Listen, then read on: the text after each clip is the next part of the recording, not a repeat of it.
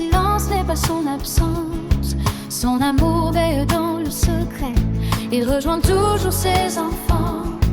Même au plus fort des combats, Jésus, tends-moi la main.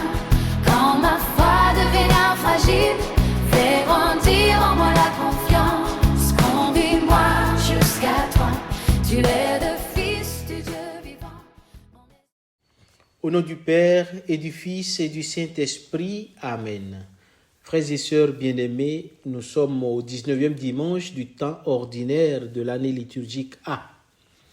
Et les lectures de ce dimanche nous conduisent sur un chemin de foi marqué par l'épreuve, le silence de Dieu et la confiance. Elle nous montre que le Seigneur ne se manifeste pas toujours de la manière que nous attendons. Il ne supprime pas nécessairement les tempêtes de notre existence, mais il s'y rend présent pour nous conduire vers la paix. Élie découvre Dieu dans la murmure d'une brise légère. Saint Paul souffre de voir son peuple refuser le Christ tout en gardant l'espérance. Et les disciples dans l'Évangile expérimentent la puissance de Jésus au cœur même de la mer déchaînée. Toutes ces lectures, chers frères et sœurs, nous apprenons que la foi ne consiste pas à être préservée de toute difficulté. Au fait, elle consiste à reconnaître la présence de Dieu lorsque les vents semblent contraires. La première lecture nous présente Élie profondément éprouvé. Après avoir affronté les prophètes de Baal avec un courage extraordinaire, le prophète doit fuir les menaces de la reine Jézabel. Fatigué, découragé et presque au bord du désespoir, il marche jusqu'à la montagne de l'Horeb, là même où Moïse avait rencontré Dieu. Le Seigneur lui demande de sortir et de se tenir sur la montagne. Alors se succède un vent violent qui fend les montagnes, un tremblement de terre, puis un feu. Chers frères et sœurs, tous ces phénomènes évoquent les grandes théophanies de l'Ancien Testament. Pourtant, l'Écriture précise à chaque fois, le Seigneur n'était pas dans le vent, le Seigneur n'était pas dans le tremblement de terre, le Seigneur n'était pas dans le feu. Enfin survint le murmure d'une brise légère, et c'est là qu'Élie reconnaît la présence de Dieu. Cette page, chers frères et sœurs, nous enseigne quelque chose d'essentiel sur la vie spirituelle. Dieu agit souvent avec discrétion. Il ne s'impose pas par la force ni par le spectacle. Le Seigneur parle à celui qui accepte faire silence. Il est facile de rechercher des signes extraordinaires, des émotions fortes ou des expériences exceptionnelles. Pourtant, bien des conversions profondes naissent dans le calme d'une prière fidèle, dans la méditation de l'Écriture, dans une Eucharistie célébrée avec ferveur ou dans une parole entendue au moment opportun. Celui qui apprend à écouter découvre que Dieu continue de parler, mais selon un langage qui demande un cœur disponible. Le psaume que nous propose cette liturgie répond admirablement à cette première lecture. Fais-nous voir, Seigneur, ton amour et donne-nous ton salut. Le psalmiste contemple un Dieu qui vient apporter la paix. Il affirme que l'amour et la vérité se rencontrent, la justice et la paix s'embrassent. Cette image, chers frères et sœurs, est magnifique. Le projet de Dieu, la paix est le fruit d'une relation juste avec Dieu, avec les autres et avec soi-même. Il ne s'agit pas simplement d'une absence de conflit. Combien de personnes cherchent la paix dans l'accumulation des biens, dans le succès ou dans la recherche permanente de nouvelles satisfactions? Pourtant, la paix authentique ne peut être fabriquée par les seules forces humaines. Elle est un don de Dieu, c'est Dieu qui l'accorde à ceux qui lui ouvrent le cœur. Plus nous laissons le Christ habiter notre vie, plus cette paix devient capable de traverser les épreuves sans disparaître. Dans la deuxième lecture de ce jour, Saint Paul ouvre son cœur avec une émotion rare. Il confesse qu'il éprouve une profonde tristesse en voyant qu'une grande partie de son peuple n'a pas reconnu Jésus comme le Messie attendu. Ces paroles sont bouleversantes. Il affirme qu'il accepterait lui-même être séparé du Christ si cela pouvait conduire ses frères au salut. Une telle déclaration, mes frères, manifeste jusqu'où peut aller l'amour d'un apôtre pour ceux qui lui sont confiés. Naturellement, Paul ne condamne pas son peuple. Il souffre pour lui et continue d'espérer. Cette attitude adoptée par Paul demeure un exemple pour l'Église. Il est toujours plus facile de juger que de porter dans la prière ce qui semble éloigné de Dieu. Paul nous enseigne une autre voie. Il invite les parents à ne jamais cesser de prier pour leurs enfants, comme l'a si bien fait Sainte Monique, qui a pleuré et prié pendant 20 ans pour obtenir la conversion de son fils. Les pasteurs sont invités à porter leur communauté avec patience et chaque baptisé a gardé une espérance persévérante pour ceux qui se sont éloignés de la foi. L'amour véritable ne renonce jamais à espérer. L'évangile de ce dimanche commence par une scène étonnante. Après la multiplication des pains, Jésus oblige ses disciples à monter dans la barque et les envoie sur l'autre rive pendant qu'il se retire seul dans la montagne pour prier. Et ce détail mérite notre attention. Avant d'accomplir de nouveaux signes, Jésus prend le temps de rencontrer son Père dans la prière. Toute sa mission est enracinée dans cette communion. Il rappelle ainsi à ses disciples que l'action apostolique ne peut porter de fruits si elle n'est pas nourrie justement par une relation vivante avec Dieu. Pendant ce temps, la barque est secouée par les vagues. Le vent est contraire et les disciples peinent à avancer. Depuis les premiers siècles, les pères de l'Église ont vu dans cette barque une image de l'Église qui traverse les tempêtes de l'histoire. Cette image s'applique aussi à la vie de chacun de nous.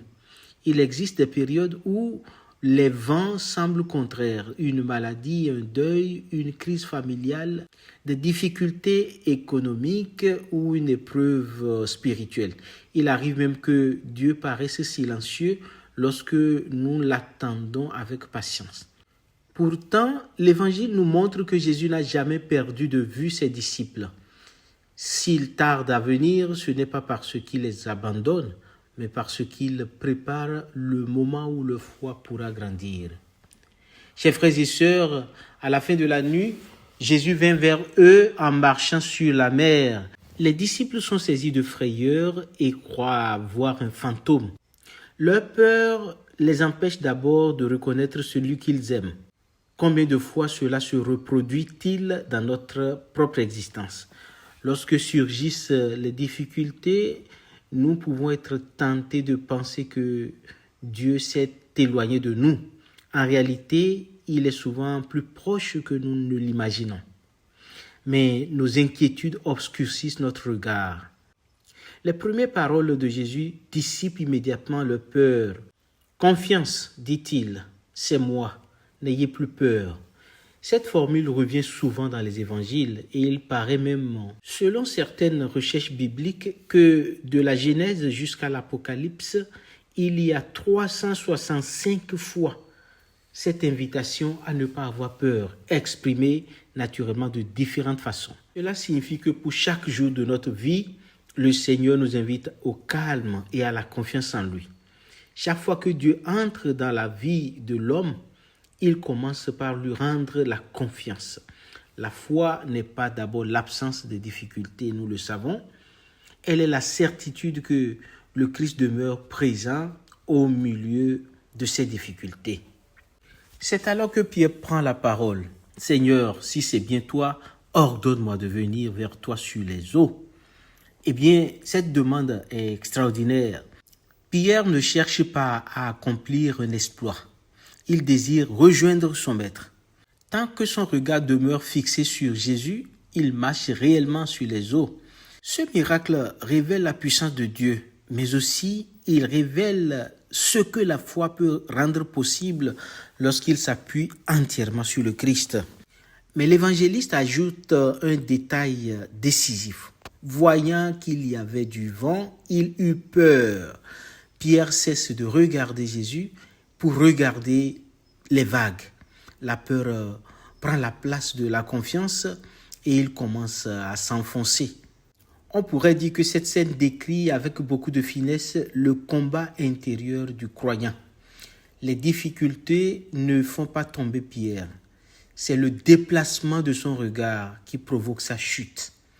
Lorsque nos préoccupations occupent toute notre attention, nous risquons aussi d'oublier celui justement qui nous donne la force d'avancer.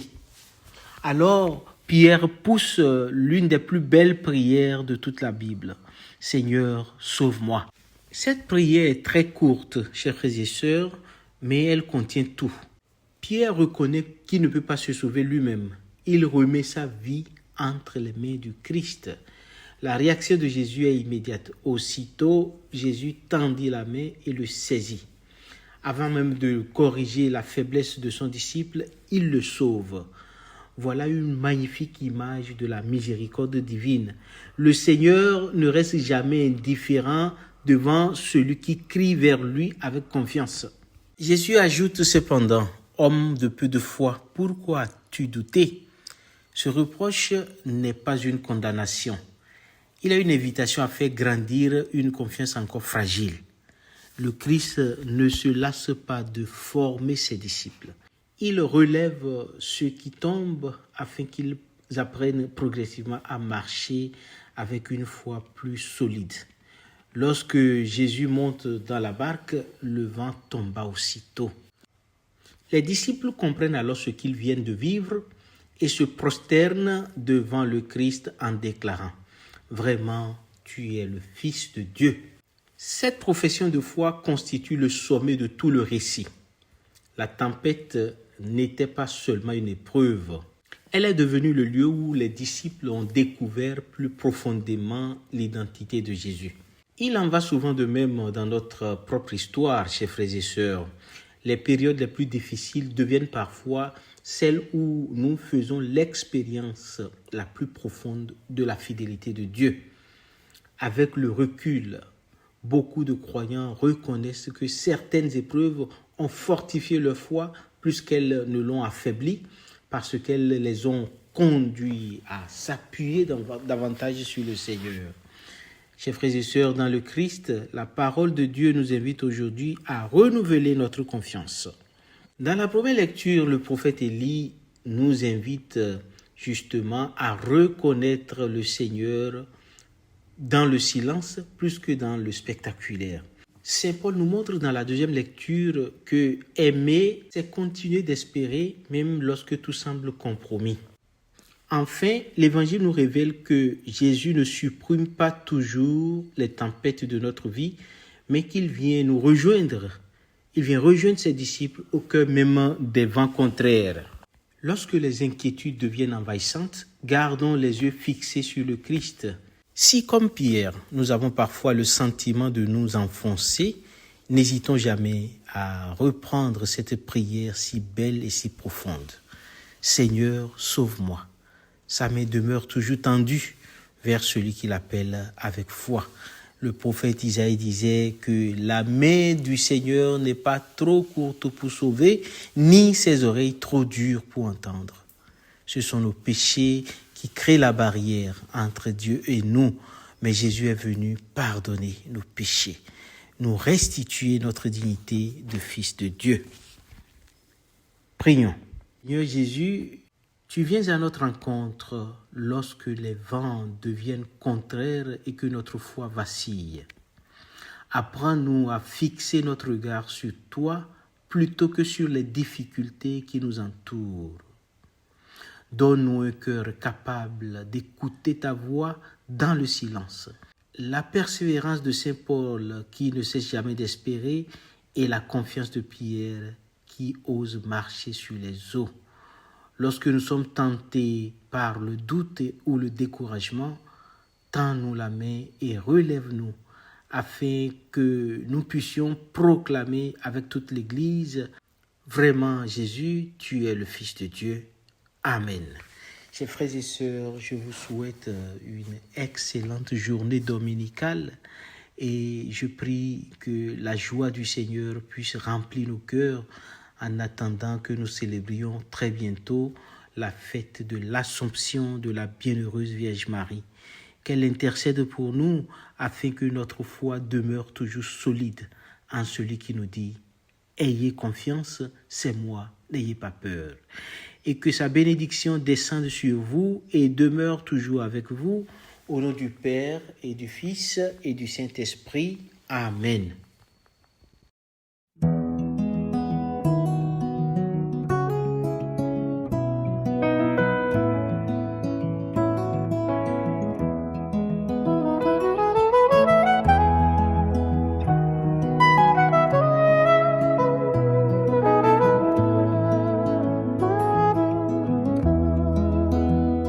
Jésus, tends-moi la main quand ma foi devient fragile.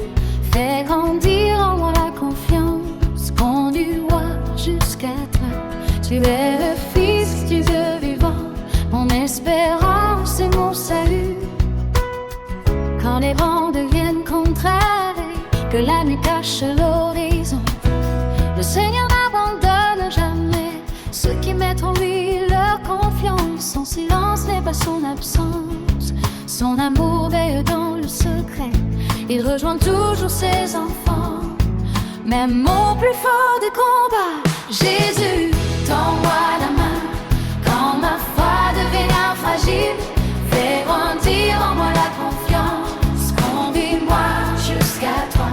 Tu es le Fils du Dieu vivant, mon espérance et mon salut. Celui qui fixe son regard sur le visage du Sauveur découvre une force nouvelle que le monde ne peut donner. Mais lorsque la peur prend la place de l'espérance et de la foi, le cœur chancelle un instant jusqu'à crier vers son Seigneur. Jésus, tends-moi la main quand la foi devient fragile. Fais grandir en moi la confiance, conduis-moi jusqu'à toi.